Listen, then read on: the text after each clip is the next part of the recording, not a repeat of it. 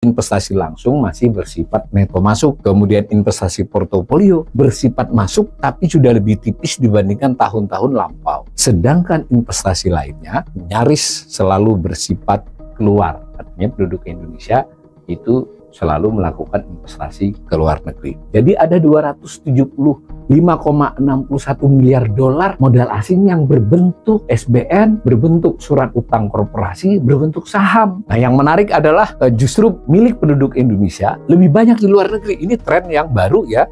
Dahulu saudara-saudara pembelajar lihat yang orange, yang modal asing lebih banyak di luar. 2 tahun terakhir justru modal penduduk Indonesia ya di luar.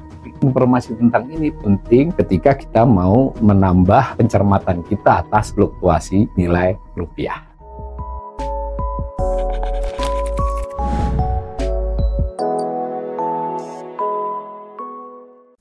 Kita sudah pernah mempelajari tentang adanya transaksi antara penduduk Indonesia dengan bukan penduduk atau pihak asing dalam hal utang piutang dan investasi. Dicatatnya oleh Bank Indonesia dalam neraca yang disebut transaksi finansial. Bentuknya antara lain investasi langsung, investasi portofolio, dan investasi lainnya. Nah, kita sudah pernah melihat grafik ini bahwa transaksi finansial antara penduduk Indonesia dengan bukan penduduk itu dibedakan. Lalu yang khusus penduduk disebut aset, ini penyebutan saja ya, jangan confuse dengan pengertian aset sehari-hari. Lalu ada yang disebut dengan kewajiban.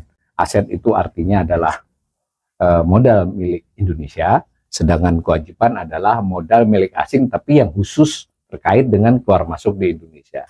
Nah, ini adalah gambar yang menunjukkan arus atau flow tiap tahun. Jadi misalnya di tahun 2023 yang sudah kita lewati, itu milik penduduk Indonesia, modal milik penduduk Indonesia secara neto, kan ada terjadi keluar masuk sepanjang tahun, itu sebesar 19,76 miliar dolar.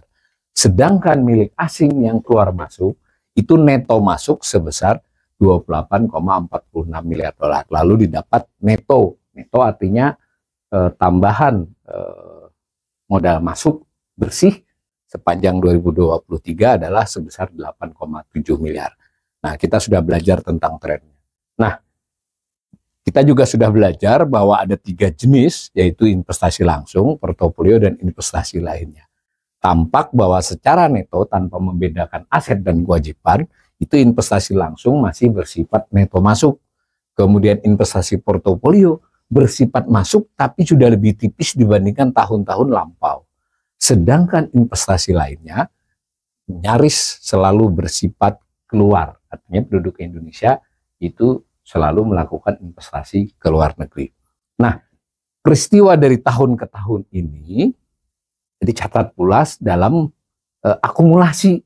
Jadi saudara-saudara bisa membayangkan jika tiap tahun surplus segini, defisit segini, totally yang posisi. Nah, kalau ini kan arus selama setahun. Sedangkan posisi adalah kondisi pada akhir tahun. Nah, ini contohnya. Jadi pada akhir tahun 2023, jadi pada tanggal 31 Desember 2023, terdapat modal asing sebanyak 744,86 miliar dolar. Hasil dari puluhan tahun keluar masuk. Sedangkan modal penduduk Indonesia di luar negeri itu tercatat 484,60. Nah, cuma di sini memang harus hati-hati. 484 ini Bank Indonesia memasukkan posisi cadangan devisa, jadi tidak benar-benar modal yang sedang di luar negeri. Posisi cadangan devisa pada akhir tahun itu 146, berarti kurang lebih yang di luar negeri adalah 146 berarti 370 miliar. Nah, jadi kita sudah memperoleh informasi bahwa per 31 Desember, karena ini sudah April, berarti angka ini belum terlalu berubah besar, itu 744,86 miliar, baik berupa foreign direct investment, berarti investasi langsung, ada pabrik, ada perusahaan milik asing di sini, atau campuran yang asing ikut mengendalikan. Nah, lalu ada juga modal asing yang eh, kepemilikan atas surat berharga negara, surat utang pemerintah, atau surat utang perusahaan swasta, atau saham dengan tidak bermaksud ikut mengelola. Itu namanya investasi portofolio. Lalu ada juga modal asing yang ada di lembaga keuangan berupa simpanan, atau dia memberikan utang dagang kepada pelaku usaha di Indonesia. Nah, yang menarik dianalisis adalah yang terkait dengan investasi portofolio dan investasi lainnya dalam kondisi kekinian. Mengapa? Karena itulah yang lebih cepat keluar dan masuk. Kalau dia berbentuk perusahaan, apalagi berbentuk perusahaan yang sifatnya memproduksi barang dalam waktu yang cukup lama, sebutlah perusahaan otomotif atau perusahaan sepatu, kan lebih sulit untuk keluar masuk. Tetapi ketika dia berbentuk surat berharga, dia lebih cepat keluar masuk, apalagi berbentuk simpanan dan uang kertas.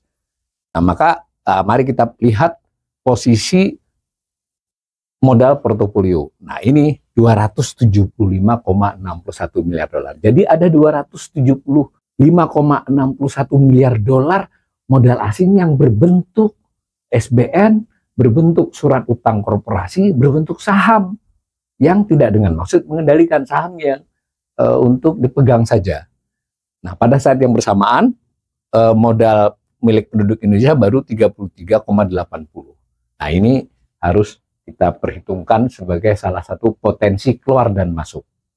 Nah, lalu begitu juga dengan investasi lainnya. Jadi yang berbentuk simpanan di lembaga keuangan atau berbentuk pokoknya surat-surat yang tidak termasuk saham dan obligasi milik asing di Indonesia, itu nilainya lumayan besar ya, 171,10 miliar dolar. Itu mudah keluar masuk. Nah, yang menarik adalah justru milik penduduk Indonesia lebih banyak di luar negeri. Ini tren yang baru ya. Dahulu saudara-saudara pembelajar lihat yang orange, yang modal asing lebih banyak di luar. Kalau sekarang justru terakhir 2 tahun terakhir justru modal penduduk Indonesia yang di luar negeri. Nah, informasi-informasi tentang ini penting ketika kita mau menambah pencermatan kita atas fluktuasi nilai rupiah.